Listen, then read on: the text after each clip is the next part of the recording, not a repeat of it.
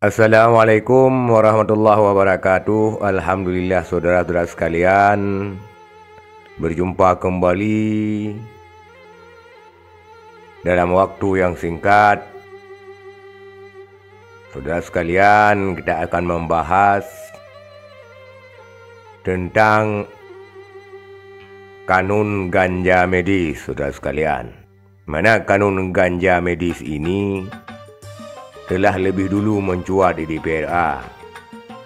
Namun entah karena apa ataupun entah karena ada kendala sehingga belum sampai sekarang diundangkan kanun ganja medis tersebut.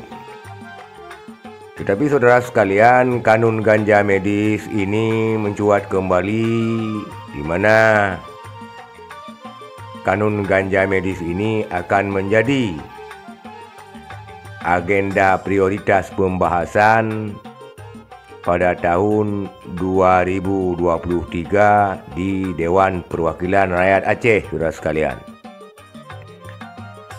Saudara sekalian, DPR Aceh melalui Komisi 5 DPRA mengusulkan rancangan kanun ganja medis masuk dalam Prolegda 2023, saudara sekalian, di mana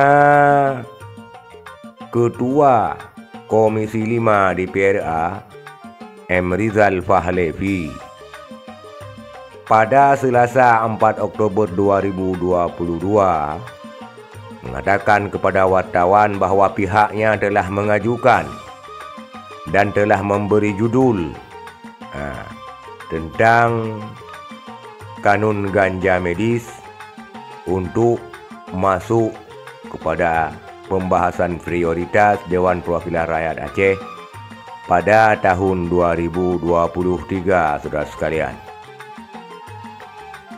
Saudara sekalian, di mana DPRA berpedoman ataupun anggota Komisi 5 dan DPRA pada umumnya berpedoman pada Peraturan Menteri Kesehatan Republik Indonesia Nomor 18 Tahun 2022 sambil menunggu perkembangan daripada Undang-Undang Narkotika yang akan direvisi di Dewan Perwakilan Rakyat Republik Indonesia, saudara sekalian. Saudara sekalian, menurut Rizal Fahlevi lagi, ganja itu bukanlah sesuatu yang tabu di Aceh. Bukan sesuatu yang langka. Memang sesuatu yang lumrah. Tinggal saja bagaimana mengemas dalam sebuah perundang-undangan, dalam sebuah peraturan, sehingga rakyat tidak disalahkan, saudara sekalian. Saudara-saudara sekalian, ganja di Aceh memang cukup subur. Di mana-mana ditemukan ladang ganja berhektar-hektar, dibabat oleh aparat keamanan, disisir oleh aparat keamanan, dibakar semua di sana sini karena ladang ganja yang terlalu subur. Dan memang daerah Aceh pun terkenal dengan ganja dari dulu sampai sekarang, saudara sekalian. Tidak usah dipupuk ganja di Aceh, subur sekali. Saudara sekalian, apabila kanun ganja ini nanti dibahas dan disahkan, ini terlepas dari hukum agama. Berbicara terlepas daripada hukum agama, apabila disahkan, dibahas di tahun 2023 dan disahkan, maka secara peraturan perundang-undangan, maka ganja itu sudah legal walaupun masih dalam bentuk terbatas, artinya sebatas ganja medis, saudara sekalian.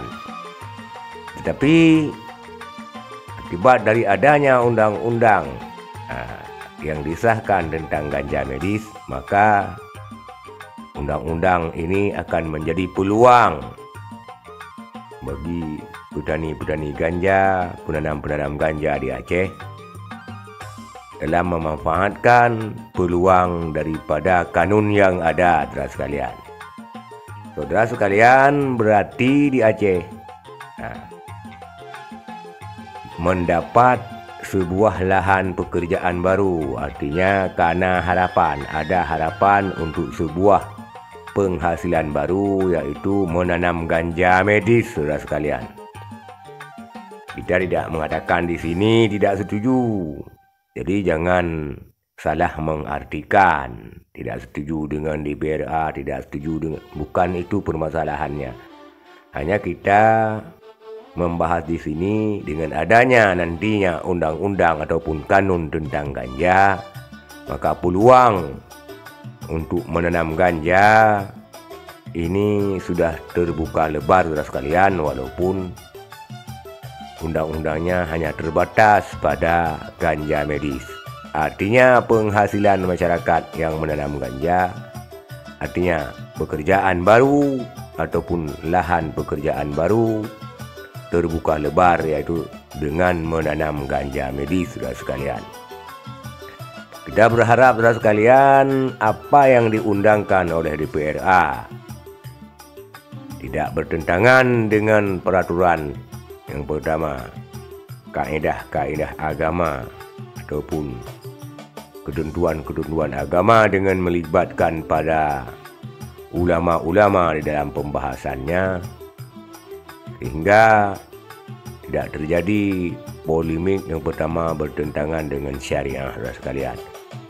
Saudara sekalian, dan apabila memang nanti disahkan berarti secara undang-undang, berarti ganja di Aceh legal dan sah secara medis ataupun untuk medis, saudara sekalian. Kita berharap apa yang diundangkan oleh DPRA dapat bermanfaat terhadap rakyat Aceh, tidak membawa mudarat. Demikian saudara, terima kasih.